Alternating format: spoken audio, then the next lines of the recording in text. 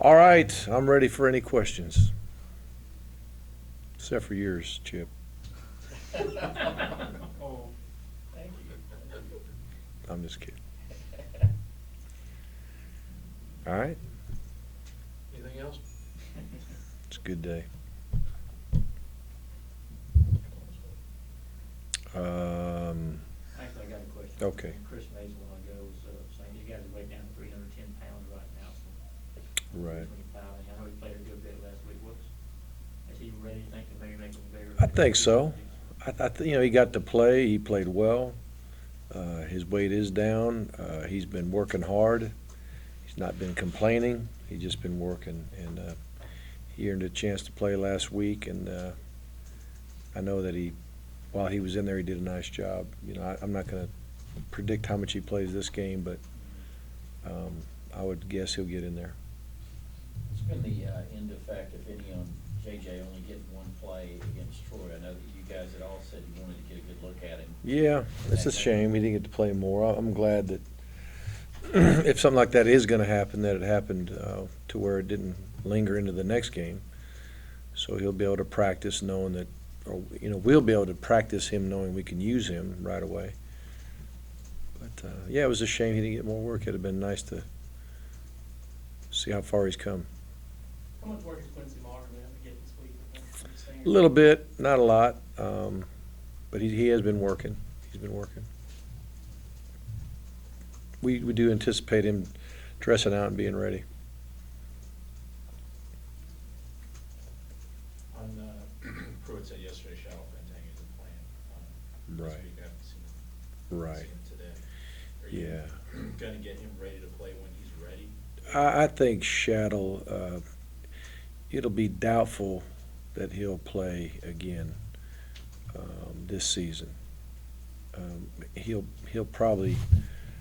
I'm pretty sure he's going to require some surgery on his shoulder. This all stems from that, I guess, injury he had right at the beginning of camp. Mm-hmm. Just never got better. What kind of effect does that have on the plans that y'all had? Because he was a JUCO guy that obviously Right. could have played a lot this year. It's just he's a guy who is tall. We use the term long. He's got long arms. He's a good athlete. He'd have been the guy that we thought could, as he learned what to do, match up against some bigger guys, and it just didn't work out for him this year. What is the situation with how many years? Can he take a risk for a year? I don't know. I got to look into that. He had the one game. Played briefly. But I think he did play some, yeah. he's under the cutoff. Mm-hmm. Would anything be considered like that with Rump, or are you gonna play him when he's ready to go? We plan on using Rump as soon as he's ready. And it looks like, just watching him today, that he's getting close. And my guess is he'll be able to start practicing Monday. Is that the same deal he had last year? I mean, Hamstring? is it aggravating the same injury? I couldn't tell you if it was the same leg or not, but it was a hamstring issue.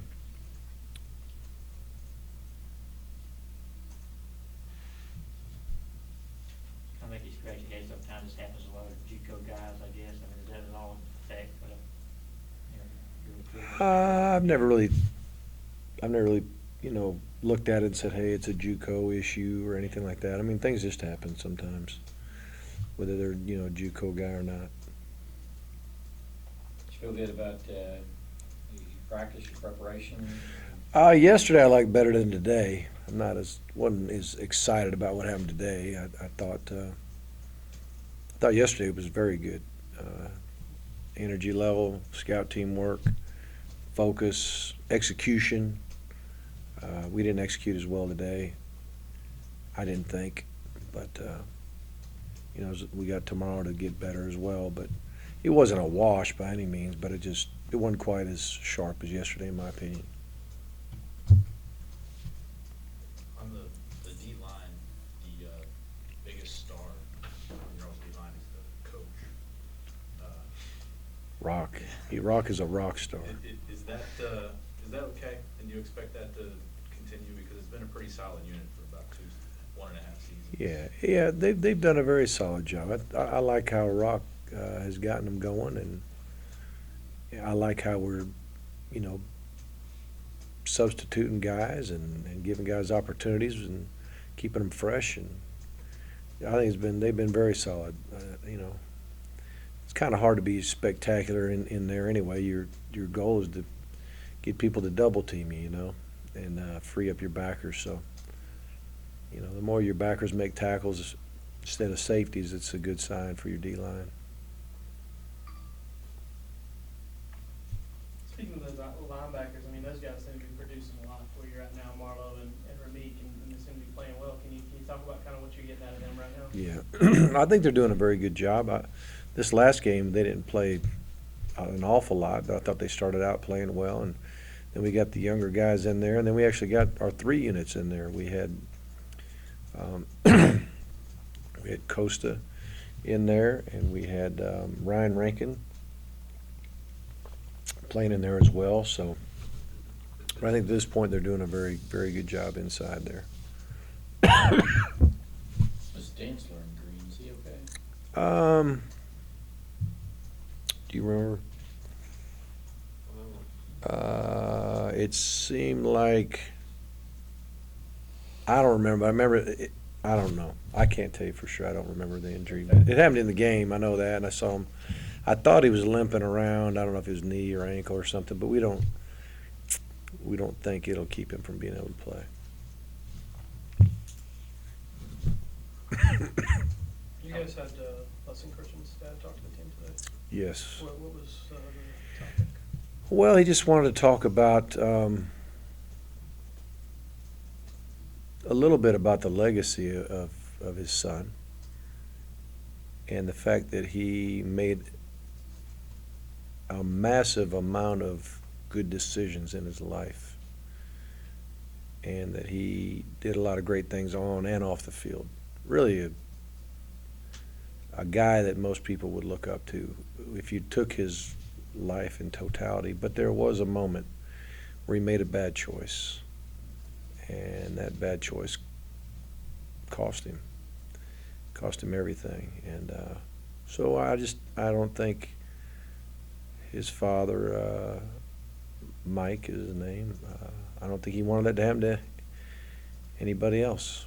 And you know, he knew that, of course, Hudson was, you know, pretty good friends, almost, you know, probably best friends in high school. And he knew Colton Houston and Michael Bennett and Watts Dantzler. You know, they competed against him in basketball, and so there was some familiarity with a lot of our guys in the room that the father identified with a little bit. And sometimes when you hear stories from a coach or just a speaker who's random, but maybe a really gifted speaker, but it's just not very close to home, sometimes it's not as effective as, you know, when the father walks in there and talks to you about a guy that we all knew of and competed against, and some knew very well.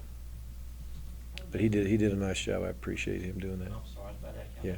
What was set up, was this a Hudson? Hudson mentioned it last week or the week before, and he thought it might be good for the guys to hear. And his dad has a foundation that he's putting together. I wish I could think of the name of the foundation. I think it might be just called 43. That was his number, but I'm not 100% sure. Y'all could probably check on that. And you know, his father's been at a few high schools, and he was at Kennesaw State. Came to see us. I believe he's going to go to Clemson. But you know, he wants to send that message to try to help guys make good decisions. Do you do a lot of that during the season? I know it's We do it, you know, we've done more probably this season than we've done in a long time. We've already had, we had someone from the military come in on 9/11 and talk a little bit about just what happened, you know, years ago at 9/11, and also just helping our guys understand that, you know, freedom isn't free. And trying to think of something. We had some police officers come in and just talk about some of the things that can get you, on the weekends like it is for, a lot of students on campus, just some of the things that can get you in trouble and just making everybody aware of those things, reminding everybody. We all know, but it's good to remind them. And then we have our own character education program that we are implementing as well on the days we don't have speakers. But I'll either have a guest speaker for the whole team, or we'll break up into freshmen, sophomore, juniors, seniors, and we'll go over a curriculum that it's a Tim Elmore curriculum that we're working on. I take the seniors. So, anybody else? Y'all played Rocky Top this week? Or is that just when you We've go- played a little Rocky Top. I'm sure they'll bring their band, at least their pep band or some form of the band. So, I hope our players are getting sick of it.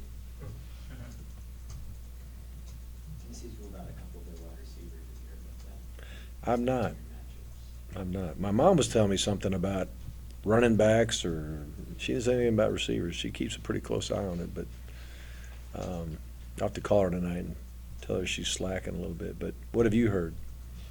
Can't remember the names of Guys that have been playing? yeah, one ruled out completely, one's questionable. I'll have to find out. The guys were hurt. It was what? Ron Pierce. Pearson, Pearson, it's the guys who were here. They were already here. Josh Smith is the most questionable. Okay. Some did just. Josh Smith, yeah, he had a big day though was it against Oklahoma? He had a big day. So he had 10 catches or something like that. Anyway, that's the guy.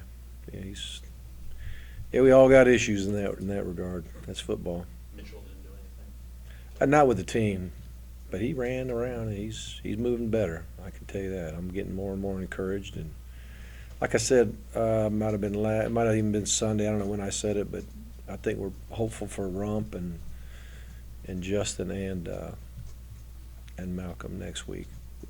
Not 100% sure, but we're pretty hopeful they'll all. I think they'll all practice, and if they practice well enough, there's a good chance they'll play. In Malcolm's case, I know it's been, gosh, like more than a year since he's gone Yeah. through full practice. I know. That's the issue. He's trying to get as much condition as he can apart from competing.